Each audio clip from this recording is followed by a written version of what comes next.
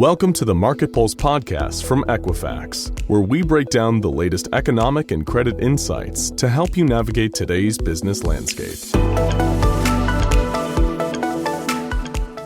Welcome to this special edition of Equifax Market Pulse podcast. I'm Ashley Sellers, Senior Vice President, Mortgage Sales Leader, and I'm honored to host this conversation with one of the most insightful voices retail lending, Jordan Sullivan, Director of Retail Lending at CSL Financial. No corner of our industry is seeing more change right now than the credit scoring ecosystem.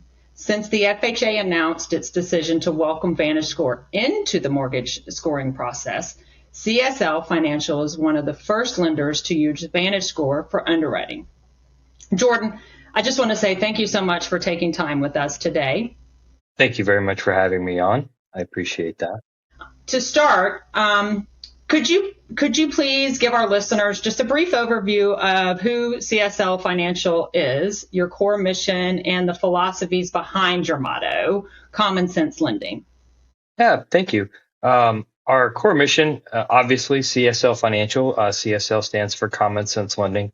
And our core mission is to provide housing opportunities for individuals looking to purchase manufactured homes. So we primarily do what we consider called chattel lending. And we provide financing for individuals who are looking for alternative to the standard brick and mortar, sticks and bricks type foundation homes that other buyers are looking for. So our philosophy here at Common Sense Lending is to use practical lending guidelines that are easy to understand and follow for both our retailers, our borrowers, and for our employees as well. So we try to make the process simple. Yeah, I love that. I absolutely love easy processes for sure. So you've established a significant presence here in manufactured home industry. What drew CSL to this vital market segment, and what unique challenges and opportunities do you see in serving hardworking families with varied credit profiles? So what really brought CSL Financial to the marketplace was a need for simplified financing for manufactured homes, lending with programs that actually are for the borrowers that make up the marketplace for manufactured homes. One that the borrowers could understand our programs, understand our guidelines. So we just wanted to try and make it simple and reliable. One of the challenges we face, obviously, is the same challenge I think everybody faces, and that's that regulatory climate that everybody has problems with, and seems like it's always changing, and they're always adding stuff or taking stuff away. So I would probably say that's one of our biggest challenges in today's environment. But what we're trying to do is we're trying to play catch up with that. Another unique challenge that we see every day is that the borrowers that don't fit a traditional credit profile, with either a thin credit profile or a skinny credit profile or derogatory credit on their credit report, we want to make sure that we're providing them the opportunities for home ownership. So one of the things that we saw was when the FHFA approved the use of the Vantage scoring models, we wanted to make sure that we took advantage of those scoring models to help us maybe gain that competitive edge over our competition, so that we could kind of help lend to those people a little bit better and make sure that our portfolio is a little bit stronger. And then the other thing that we saw was the families and the borrowers that are using our services. We found out that they typically have gone out to one of the credit monitoring services, several of them out there. I won't name any of them by name, but everybody knows who they are. And what we found out is that they use the Vantage scoring models as well. A lot of them use the Vantage 3.0 or have used the Vantage scoring models previously. So the borrowers are real familiar with those scores. And what we saw was an ever widening gap between the old scores and the auto 04s and 98s to what the Vantage scores were being used in those monitoring services. So we would constantly get those questions of, well, I thought my credit score was 850, and now you're telling me it's 650. So what we wanted to do is we wanted to be able to have scores that were more relatable to our borrowers so that we didn't have that challenge of having to explain what was going on with the credit scores and things of that nature to the borrowers, and just make it simplified process and make it easier for them to understand what's going on as well. Nice. And when did you start utilizing VantageScore in your underwriting process? We started using the VantageScore right around 2023. In 2022, we started exploring ways to save money and acquire better predictive scoring. And so when we met with Equifax, they said, hey, we've got a great product that we're just coming up with. We've been using the Vantage 3 scores for a while, but we have a Vantage 4.0 model that we'd like to start using. We're trying to get it approved. And so we said, well, let's look into it. Let's see if it makes sense to us. Let's see if it, show us how it's better. So Equifax put together a couple of reports, doing some research using scoring models from a cross section of our borrowers and our borrower profile. And we saw that the Vantage scoring model was a better predictor of that credit risk than the other models we had used before were. And so around 2023, we began using the Vantage 3.0. And then obviously we had to wait for our LOS or loan origination software to kind of catch up with those scoring models. So as soon as they were able to include the Vantage 4.0 model into their software, we immediately added it. And I want to say that was probably late 2023 is whenever we finally got all of that engineered and going together. So, but we've enjoyed using it, and with the information that we gained from our studies showing that it was a better predictive model, we said, why don't we start using this? Yeah, that makes complete sense. So shifting a little bit, VantageScore is positioned to help lenders qualify up to 10% more borrowers. How does this, in addition to the 24-month trended data view, provide the visibility needed to confidently approve a borrower who might have been missed by a limited snapshot model?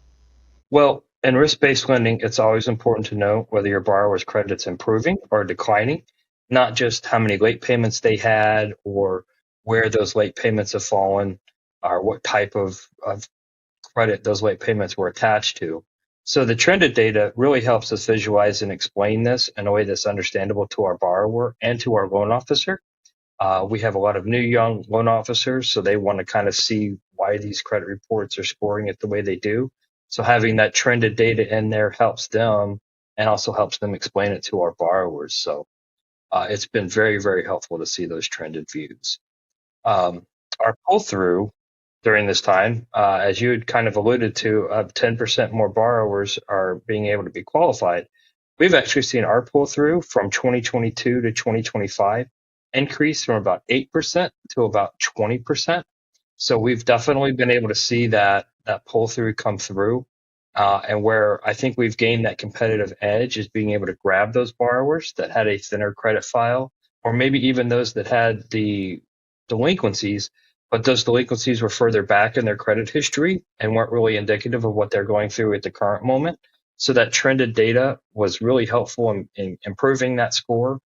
And what we've seen is we've been able to approve those and get those loans on our books while we've maintained a lower delinquency ratio with those credit scores as well. So we're kind of following those on. Now they're newer loans, but they haven't gone as delinquent as fast as some of the loans in the past. Wow, that's awesome. So as you've mentioned earlier, you specialize in manufactured home industry, a sector serving hardworking families who sometimes have, as you've mentioned, thin or non-traditional credit files, right? And so, and you've mentioned, through the conversation how, leveraging VantageScore has impacted your ability, to deliver more loans. But how has that specifically impacted your ability to fulfill your mission of giving clients an equal opportunity? Well, I think it's really kind of helped us because those scoring models we see throughout the marketplace and the monitoring agencies. So the borrowers kind of know what they're going to be approved at as they kind of move in with us. So we kind of lay out, they already know what their scores are going to be similar to each other. It can also look at that skinny credit file, and I think it does a lot better job at predicting a score or giving you that predictive scoring with the VantageScore versus one of the other scoring models, because it just puts more emphasis on kind of what's here and now versus what the borrower has really done in the past. So we've really been able to get in touch with those skinnier credit files, those files that don't have a lot of depth, but they've all of a sudden started. So those hardworking people that are monitoring their credit, that are trying to build those credit files, it's given those people scores. So we're able to go out and kind of approve those borrowers a lot more than I think our competition does. And we can see that because we can kind of see who's pulled the credit reports in the past with the previous pulls. And we know that they've been pulling those credit reports through other scoring models, and we're not approving them. And however, we've been looking at those and thinking and seeing those, going, man, this person's been working hard to improve their credit, get better credit scores. Let's go ahead and give them an opportunity to get approved and show us what they're able to do. So we're able to take that borrower and fit them into our programs, our limited credit profiles, our derogatory credit profiles a little bit better, kind of help those people that have been trying to recover their credit a lot better as well. I am going to ask a sidebar question. So the question I have is, you talked about the fact that you've been able to generate, a greater, qualifying more consumers. And you mentioned, instead of what Vantage is saying from a 10%, you're seeing more of a 20%. Are you seeing that in a specific demographic, meaning like, are you seeing more from a millennial perspective, or is it really kind of widespread from thinner, no credit consumers? Are they in one segment area that you're seeing more than others? No, not really. We're seeing it across the board through everybody. I do think that we're seeing our ability to approve those people with a thinner credit file and a lot more. And those are probably your millennials or your newer generation borrowers. I would say, currently probably the 25 and under crowd. But then what we're also seeing is those thinner credit files, especially on the older people, the 60, 70 plus age categories that have thinner credit profiles where they've taken their retirement and they've paid everything off and they haven't needed to finance anything. And now they're coming back to the marketplace going, well, you know what? My granddaughter needs a home. I want to buy it for her, or I want to move out of my, falling apart one in the last few years of my life in a nicer home. I retire into a nicer home. So we're seeing those people with thinner credit files. So we're also being able to approve them as well. So we're kind of seeing that across the board. And then, we're really also seeing is those people that have a full credit file. We're able to see, we feel and we see those scores being able to be populated for those people just as well, and giving us kind of a better predictor of that. Are they moving from like a B credit to an A credit category? Or are these people starting to really load up on their debt with that trended analysis? And are they moving from that A category down to that B category? So we're able to kind of see that as well too. So it's kind of helping us across the board, kind of in all markets of our sales. Thank you for sharing. The move by the Federal Housing Finance Agency, FHFA, to adopt VantageScore 4.0 marks a significant shift towards affordability that's projected to deliver $600 million plus in savings to lenders and borrowers. For lenders who are hesitant or slow to adopt, how would you reframe non-adoption, not just as a missed opportunity, but as a competitive disadvantage? The cost of it, we've been able to see cost savings using the Vantage scoring versus what the cost of the other scoring models are. Over the past 2 years, I would say we've probably saved close to $100,000 just in our expenses alone. So one advantage to adopting it very quickly was we're able to start seeing our own cost savings change almost immediately overnight. So the cost of our credit, especially for those that we don't recoup, such as declined loans or withdrawn loans, we've been able to recoup those costs very quickly and not have to have such a high expense on that. So one of the things I would tell other lenders is saying, hey, if you want to try and keep your costs down, these scoring models tend to be a little bit cheaper or less expensive, so you can immediately see a return on your investment there.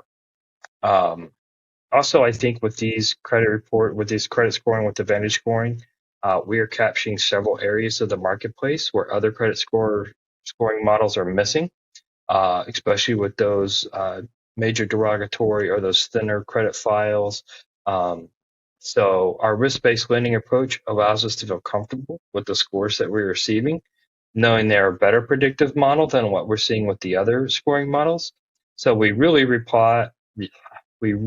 we rely on that to approve the loans that others are passing up and or giving higher pricing on, so that we can actually help the borrower and we can feel better that we're giving the borrower a better product and a better price than what our competition is. So we've seen a tremendous growth in our A and B paper, or what we consider A and B paper.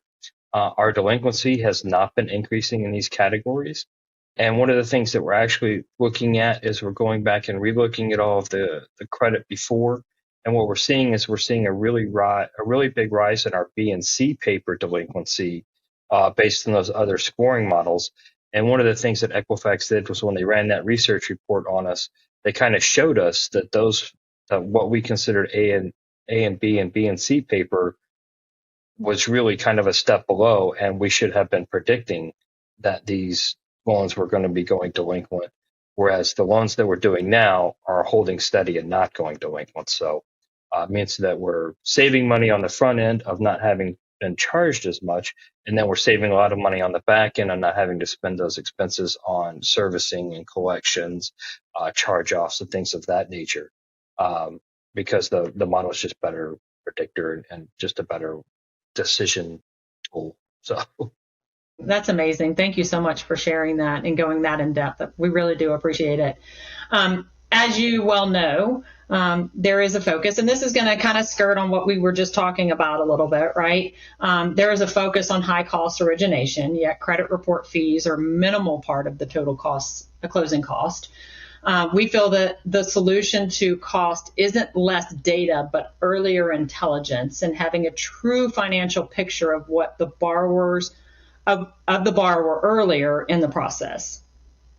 So can you kind of walk us through how CSL utilizes soft pull data like a pre-qual or a pre-approval and to take on a smarter risk by reducing origination expenses and helping ensure your credit decisions are both reliant and accurate? sure. One of the things that we've really found out to be really helpful with us is the Equifax IntelliMerge product, which allows us to be able to only pull one credit score. So that's a huge cost savings for us. So that IntelliMerge product through Equifax has just been a game changer for us. But it also makes us feel comfortable that if we see that first score or that soft score on the Equifax report, if it's going to be outside of our range, we can just go ahead and deny that loan or offer alternative financing for those loans.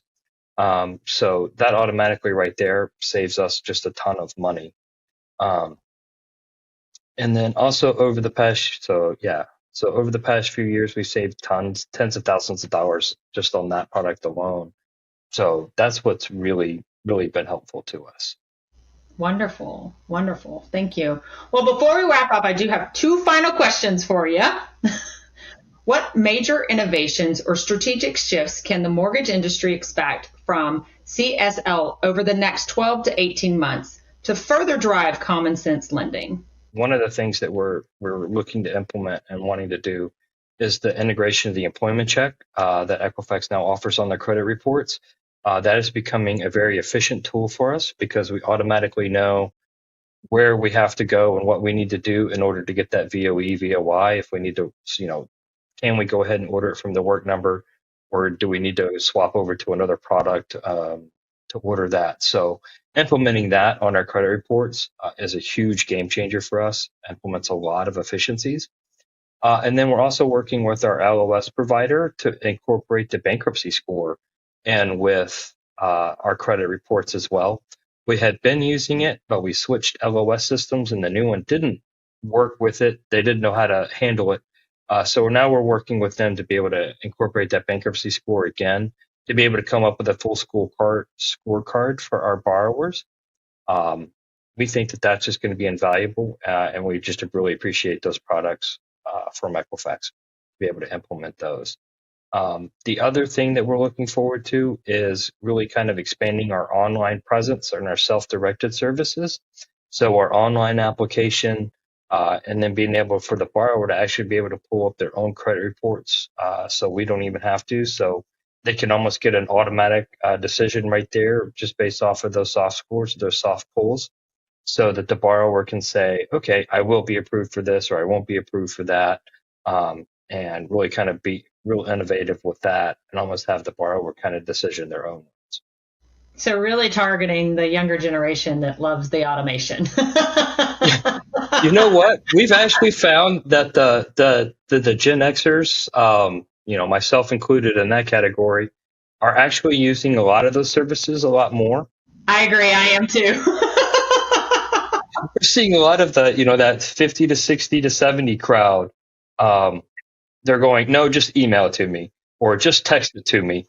Whereas the younger crowd goes, oh, I saw a text message from y'all, but I texted stop to it because it was spam. And they're just so less trusting and don't want to use that technological advantage. So it's kind of weird how it's gone through those generations like that. So it really has. I agree. What final piece of advice do you have for other lenders and industry leaders who are still evaluating VantageScore?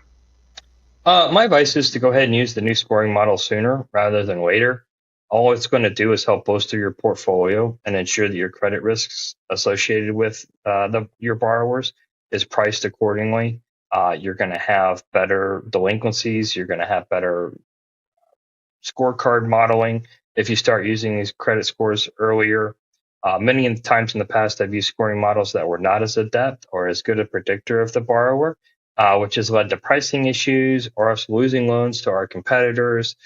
So if you want people to think of you as innovative and you want to make sure that your portfolios are kind of buttoned up and really tight, go ahead and switch over to the new scoring models now.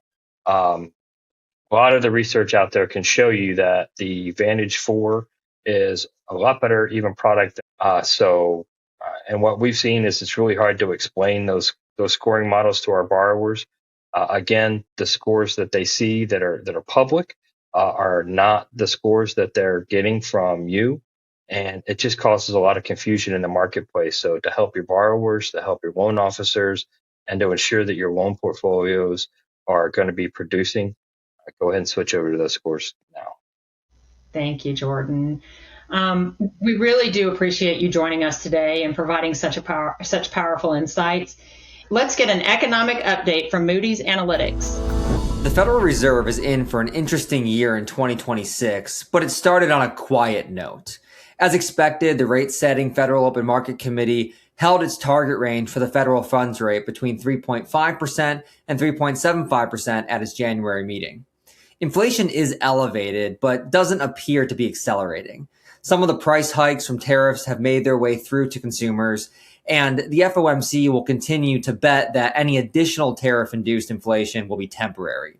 This is consistent with our baseline forecast, as we expect that growth in the core PCE deflator will top out at 2.9% in the second half of this year, up from the latest reading of 2.8%. And while it may be a difficult time to be on the job hunt right now, layoffs remain relatively subdued, and this is affording the FOMC the ability to be relatively patient when it comes to monetary policy. The economy advanced at a solid pace in late 2025, and our tracking estimate of incoming data in the fourth quarter suggests that real GDP grew at just under 3%. And stimulative fiscal policy and the lagged effects of previous rate cuts will deliver a jolt in the first half of this year as well. As a result, the majority of the FOMC is not seeing an economy that is in need of immediate support. But we do expect that a few more weak job reports will persuade the committee to cut the Fed funds rate by 25 basis points when it meets again in March. And after that, we assume 2 more 25 basis point cuts for 2026. The gradual pace of rate cuts and heavy fiscal borrowing will limit the impact that overnight rates, when they're lower, will have on the yields of longer dated Treasury securities, which are typically used to price mortgages. We expect that the yield on 10-year Treasuries will remain range-bound between 4 and 4.5% for the foreseeable future, which is roughly consistent with our estimate of its long-run equilibrium. But the stubbornness to decline further will keep upward pressure on the 30-year fixed mortgage rate. However, an announcement in January by the Trump administration outlining instructions for Fannie Mae and Freddie Mac to purchase $200 billion in mortgage-backed securities will likely compress mortgage spreads somewhat in the near term. The spread has declined by about 20 basis points since the announcement, but we expect the spread to bottom out at about 180 basis points by the end of the year without additional MBS purchases. The housing market will therefore gradually improve this year as lower rates modestly stoke demand, but affordability concerns will remain a key limiting factor. Thank you, Justin. And thank you to everyone tuning into this special edition of Equifax Market Pulse podcast. Hit the subscribe button for more conversations as we explore what happens next in lending, affordability, and credit access. The information and opinions provided in this podcast are intended as general guidance only and are subject to change without notice. The views presented during the podcast are those of the presenter as of the date this podcast was recorded and do not necessarily reflect official positions of Equifax. Investor analysts should direct inquiries using the Contact Us box on the Investor Relations section at Equifax.com.